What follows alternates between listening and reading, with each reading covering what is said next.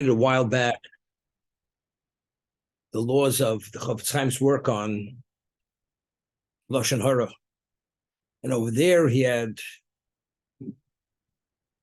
enumerated the positive, negative commandments. One over time can be a violation of 14 positive, 17 negative commandments. He says it doesn't take much time to be in violation of all of them.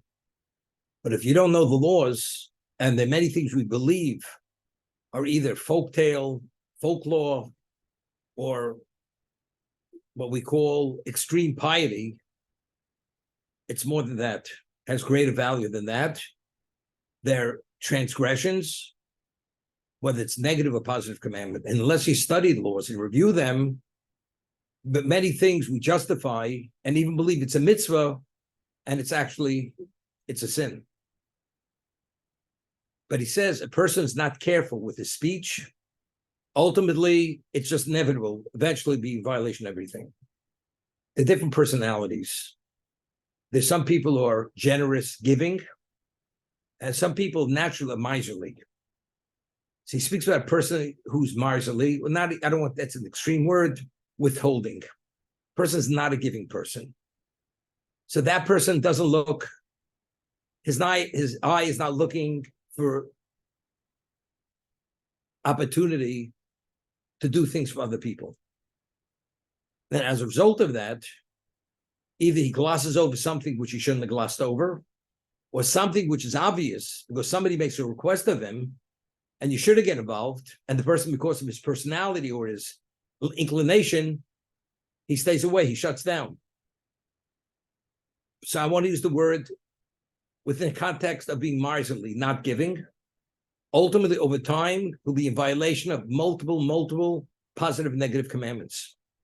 For instance, he says, the Jew has an obligation, if there's an opportunity of hospitality, to be hospitable, to visit the sick. He could always say, I'm too busy. A person who's self-centered and all he's interested in himself, you're always too busy. You're too busy for anything but yourself. I always say to people, God forbid, if you should have a problem, all of a sudden you're going to have time on your hand. I can't get away from the office. But if he has a health issue and he has to go to the doctor, he has to go under certain types of therapy, he makes time because he has no choice. In life, the times you have no choice. If you're a Jew, you have an obligation to do certain things.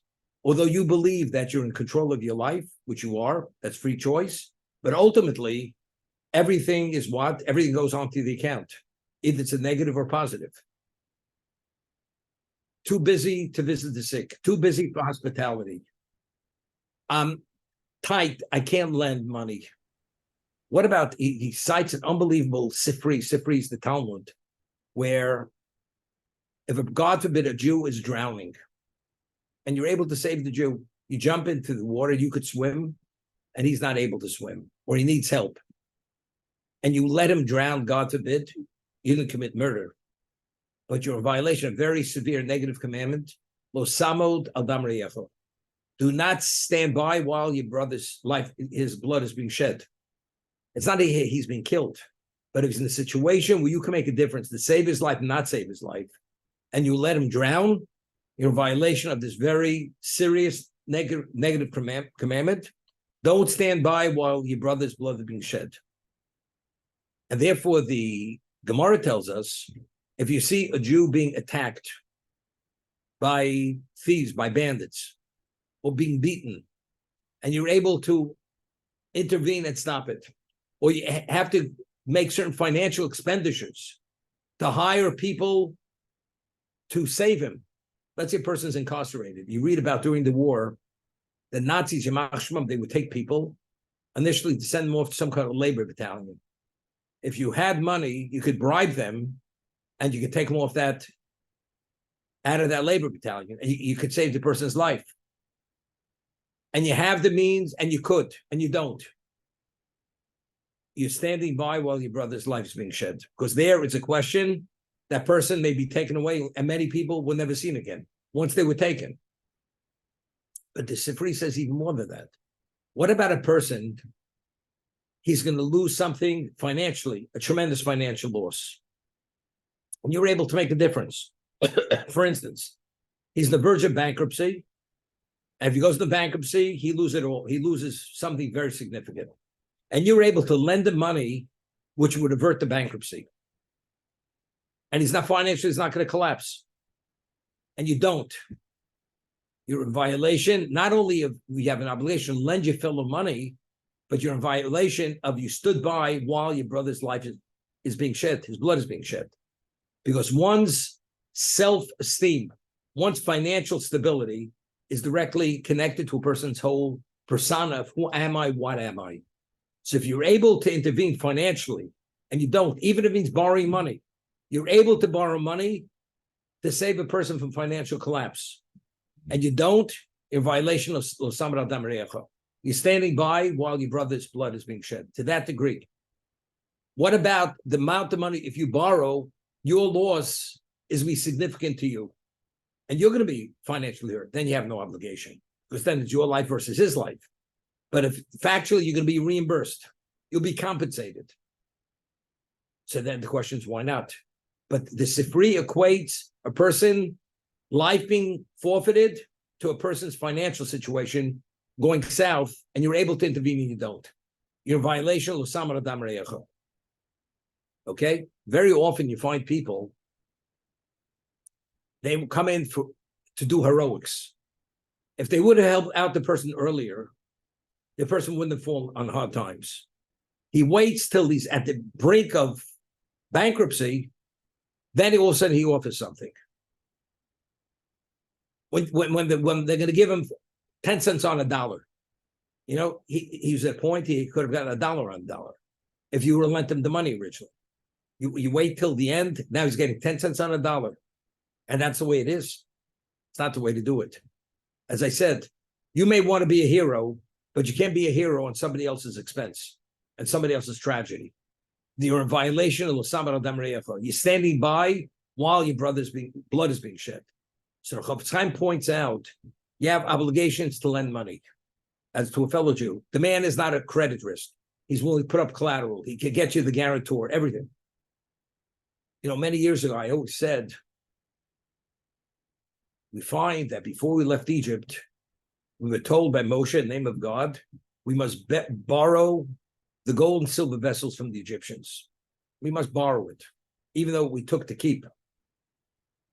But before we borrowed, and he says, please encourage them to borrow, because I had promised their forefather, Avram, that they're going to be in servitude and slavery, being afflicted, and then they're going to go out with great wealth. And borrowing, taking the golden and silver vessels, that's the fulfillment of the promise. But before they borrowed, the Torah tells us that God caused that the Jews should find special favor in the eyes of the Egyptians. That's what the Torah says. You're going to find special favor in the eyes of the Egyptians. And then, when the Egyptians saw the Jews being special, then you borrow. So I asked the question, we're holding now, it's before the 10th plague. If 9 out of 9 have come to fruition exactly, Egypt is reduced to rubble. Why did God have to perform a miracle that the Jews were seen in a very special light, that the Jews were put on a pedestal? God put them on a pedestal, and then they borrowed. If I put a gun against the person's temple and say, look, I've pulled the trigger 9 times before. If you don't do what I want, I'll pull the trigger the 10th time. Is the person going to acquiesce to your request? He'll definitely respond to your request. So why did God have to perform this miracle that the Jews found special favor in the eyes of the Egyptians, and only then they asked to borrow? Why?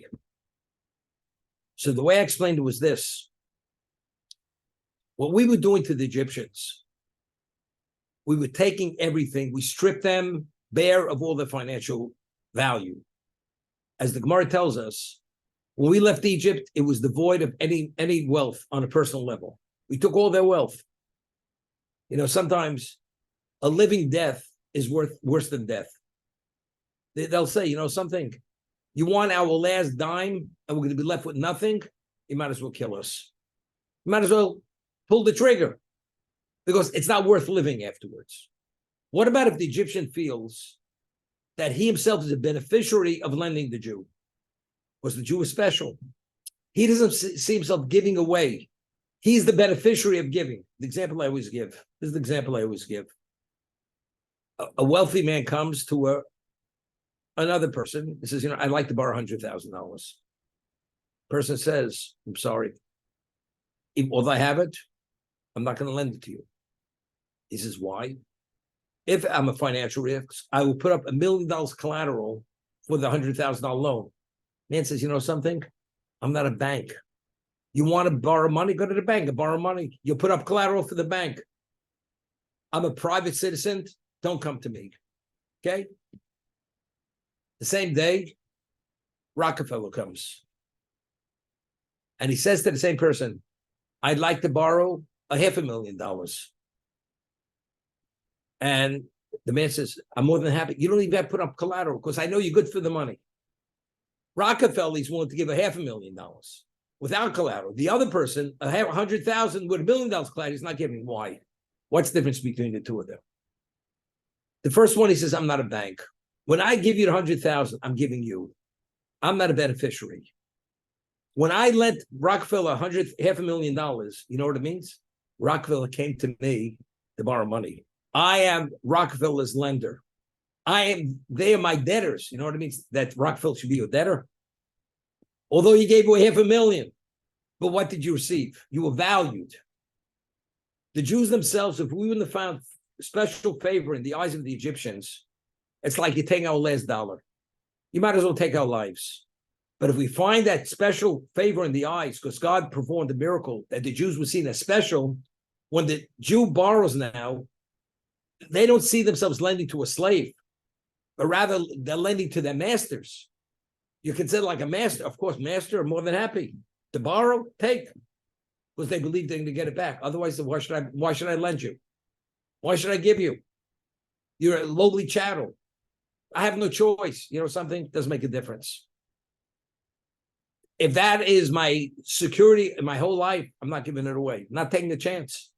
But the other way, where you're a beneficiary, that you feel honored, that you lent the master, then you're giving it. That's why God performed that special miracle, that they found favor in the eyes of the Egyptians before they requested the gold, silver vessels. There's a positive commandment in Chesed Talvasami. There's a positive commandment to lend money to a Jew. And God says, and when you do that, I will bless you. I will bless you. You'll be worthy of blessing. Now, if you see it as an obligation, the mitzvah is an obligation. It's not so simple. Even if you give me collateral, even if you're good for the money, it's a small amount of money, but why should I? The reason is because it's a mitzvah. There's a positive commandment to lend money. But is that enough to get you over the hump? So if there is an incentive, like a Rockefeller, more than happy, because I'm the beneficiary. What about if you serve God with love and with reverence? You know, when you lend that money, you're on the good guys list, God's good guys list. Then you're listed in the Cooperstown, New York. You're in the Hall of Fame of baseball, Lavdil. That's where you are. It's worthwhile. But if you see it just as a perfunctory act, lend, and I get a check on the list, it's not enough to get you over the hump because it's money out of my pocket. And let somebody else lend you. That's usually, very often when you ask, a person comes to borrow money, you say to him, did you ask anybody else? So the person setting him up with that question, it's a setup. Why? Because if he says, of course I asked. So he says, so why don't the other people lend you? For the same reason why they're not lending, I'm not going to lend you. And if they say they did lend you, so why are you coming to me? So you're going to tell them why? Because I need more than they could give me. Why do you need more? Because, you know something, the amount of money you borrowed, originally, you were irresponsible. I'm not lending money to a responsible person. So the person has him coming and going, why he has every reason why to justify why he's not lending him the money. That's exactly the way the evil inclination plays mind games with us. That if he doesn't want you to do something, you're gonna leave no stone unturned to justify why you're not giving the money. But if you're a giving person, you have to be discouraged not to give. So if there's a positive command, you should love your fellows, you love yourself, and you put the other person in the positive light, and you want to help him, and you truly want to help him, you have to find reason why not to help him. Otherwise, you want to help him.